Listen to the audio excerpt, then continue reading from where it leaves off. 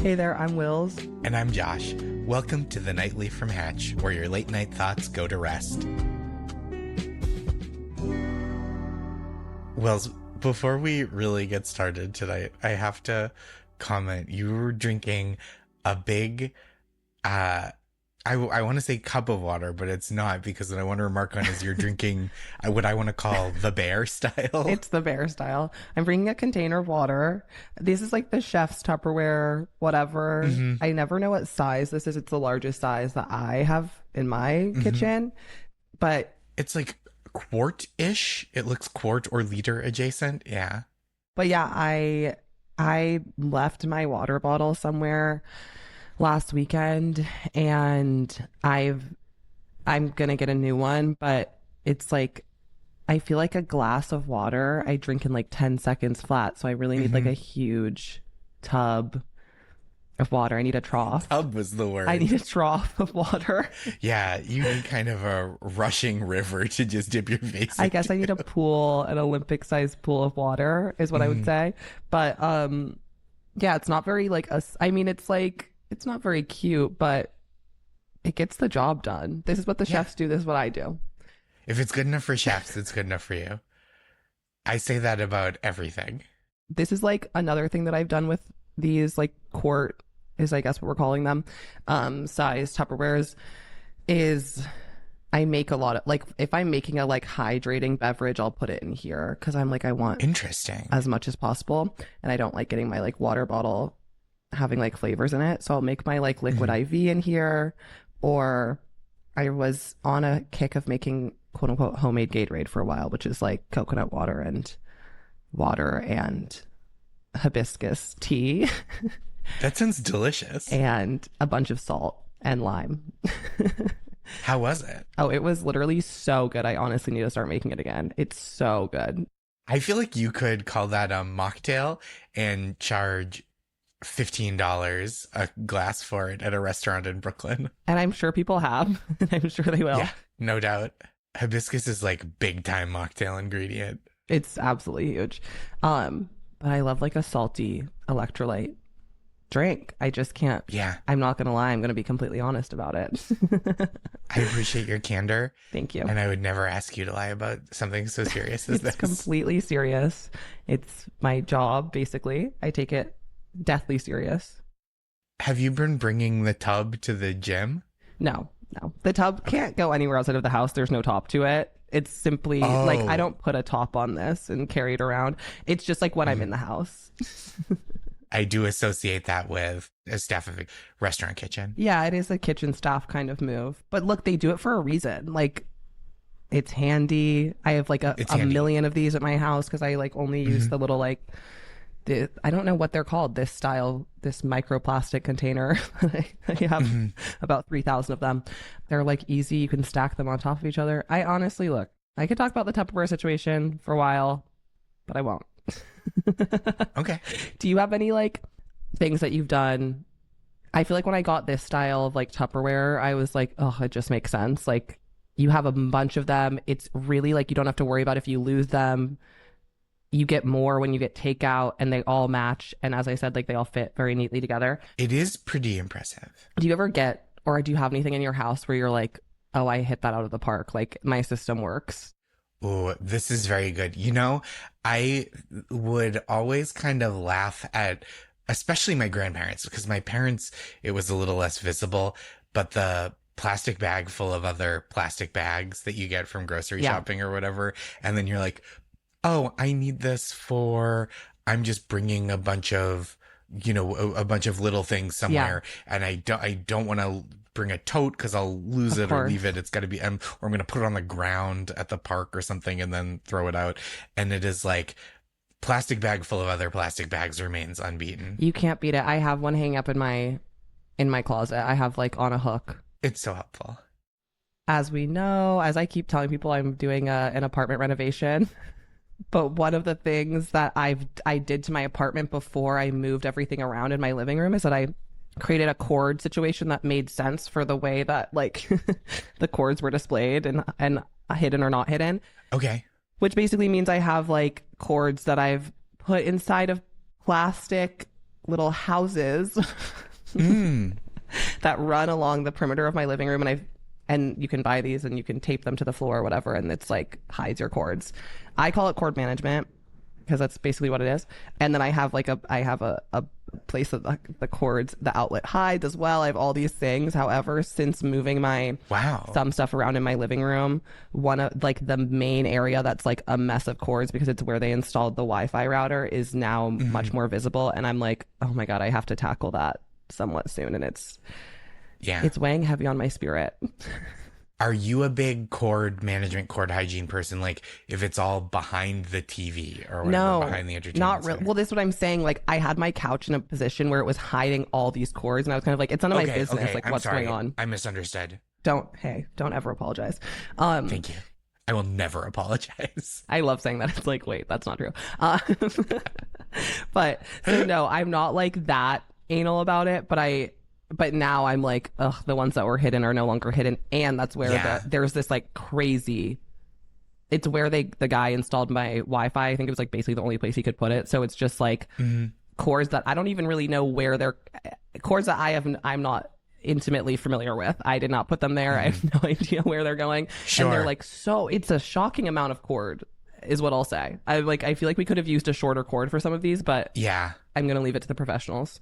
The situation behind our TV, I don't aesthetically mind it, but it is the kind of thing where when we have to like check and make sure everything's plugged in right, it is kind of a rat king of cords. Literally, you're like, and so what it is happened? Functionally difficult to navigate. Yes. And you're just kind of like feeling the thickness of one, yes, and then like remembering that feeling to see if it's the same cord somewhere else. To hope that it matches with the one that's plugged into the TV. You're like, do you know what I mean? Where you're like, okay, this one has like a little vein on the back, and so I'm gonna of course. Okay, I gotta find the vein on the other end. Yes, this is like it's like a game. It is like a game. I have another thing I want to say about my apartment. Please. Basically, because as I said, I'm doing this renovation. It really makes me laugh to call it that. But I had a friend over on a couple nights ago who's an architect, and the way that he was like reading I was like, because I am in my apartment and I'm looking at everything and I'm like so aware of like everything that looks strange and needs to change because it doesn't look bad to most people, but because I'm like very particular and I know the way I want it to look, it looks very odd to me right now. But all my friends will be like, no, it's like that. It's like fine, like whatever, da da da. And then I had my friend over who's an architect, and he would be like pointing to stuff and be like, so that looks weird there because da da da da da. And I was like, I know. And it felt both good and bad to have someone affirm it. Do you know what I mean? Yeah. To be like, oh, the thing you think, that's real. But it does also, when you think you're getting away with something and then you realize that you're like, not. You like go through a whole party where you're like, oh, probably no one notices that this shirt is missing a button. And then someone like right as you're leaving is like, hey, did you want to, I just think your buttons come undone. You're like, no, it's gone. They're like, I didn't want to say anything, but I've been noticing it all night. Like, and I respect you last. You're like, no. Yeah, that was very funny. It made me laugh. He was like, I'm sorry. Like, he was like, I'm sorry for saying this or whatever. And I was like, it's okay. And in fact, it's good because everything you're pointing out is stuff that I noticed too. So I'm like, it's oh, good. Actually... There wasn't like some other thing of like, and also, by the way. No, not at all. I was like, I was like, you don't have to apologize because you're saying it because it's true. And in that way, it feels good to have someone a little bit on my side. Yeah. You're seen, you're valid. Completely seen and valid. Totally.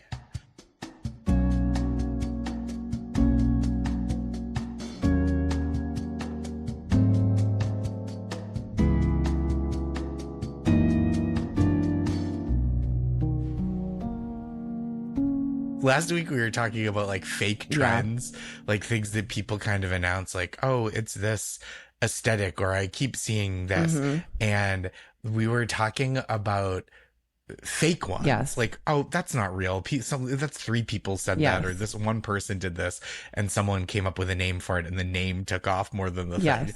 And I've been like trying to think about other fake trends. Yeah. Did we talk about Coastal Grandpa last week? Is that where we started? We did. I think that's the one that sparked the whole discussion was like, that's No, stop Yes. that. And can I say, furthermore, Yes. the coastal And furthermore and additionally, vis-a-vis, etc. Heretofore, the reason that notwithstanding, I don't think that applies. Nevertheless, however, the coastal grandpa thing was so funny, I think, because people were talking about the aesthetic trend of coastal grandpa, which when I look it up is described as nostalgic, cozy, and slightly eccentric fashion and interior design aesthetic. And I think what a lot of people were taking issue with also with that was that it was like someone was being like, the new thing is coastal grandpa. And then everything that they were talking about was people were basically like, what you are describing is someone who has over a life that they've lived has accumulated eccentric, interesting things, which is so like incongruous with like the idea of it being like trendy. Because it's like, what do you want someone to go buy 100 new like little things that somehow seem like they've like gathered this over 20 years? It doesn't make sense. You're like, oh, what's the hip new thing? It's like, well, this tapestry that your great grandmother bought. Yeah. The hip new thing is you need to go to an antique mall. And you need to live a life rich with meaning and experience. Yes, completely. But that is such a big one. And coastal grandpa is just such a funny term. I do like that phrase. Like, I wish I had more excuses in real life to say coastal grandpa. Okay, wait. I'm excited to hear your trend that you've been thinking of. Okay, this is kind of a made up term that people started arguing with and talking about like it was not only a real phenomenon, which I think it kind of describes a phenomenon that is kind of real, but the word was just fully pulled out of thin air, and the only people using it were the people that were like, I'm not this thing. You're like, well, that's because this thing doesn't exist. Mm-hmm. And you actually, by using it, you are this thing. And this is, do you remember this? I have to look up in our almanac when this took hold, but I saw someone use the word cheugy the other day and was like, oh, that was never real. We don't have to say that. Wait, let's talk about cheugy.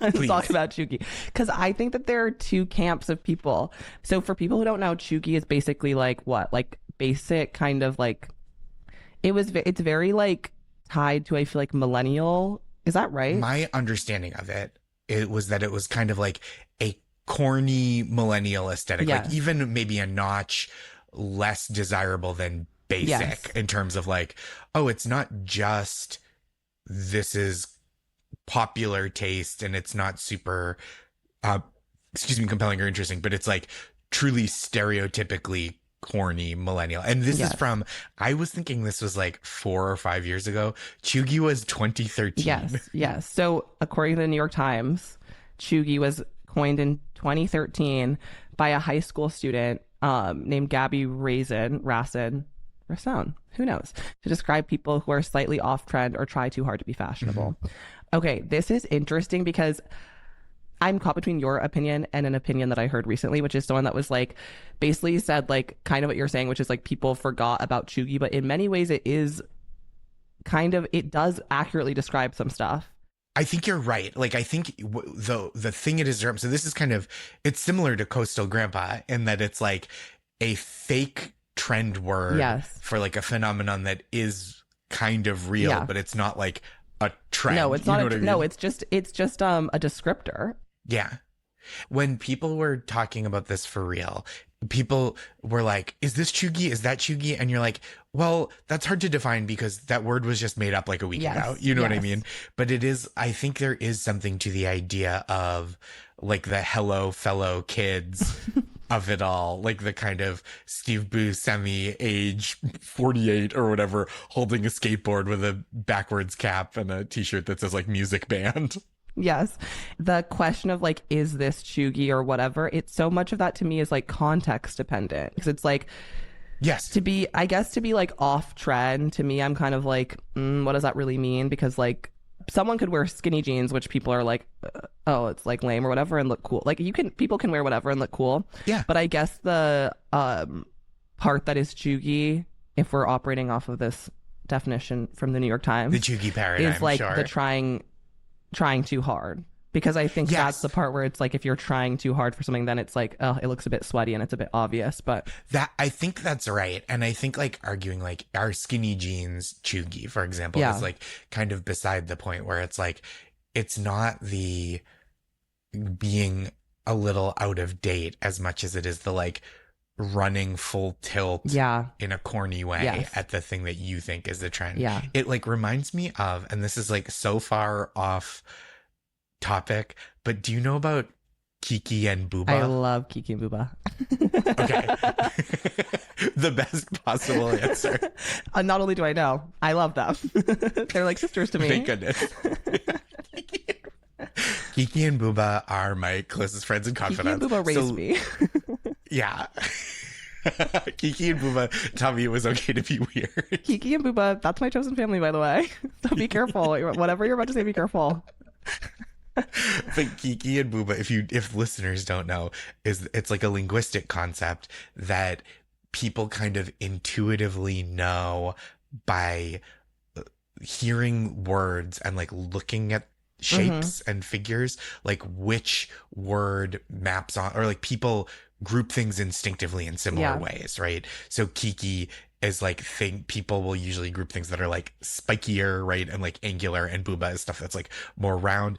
But the point of it isn't what each one is. It's that people kind of generally know to group them similarly, even if they've never heard these made up terms before. I mean, yeah, it's like all these things are so like actually nebulous, and I think that's where it gets difficult, is like the like pinning it down, or just like that it matters so much. Do you have anything that you're like, this is cheugy?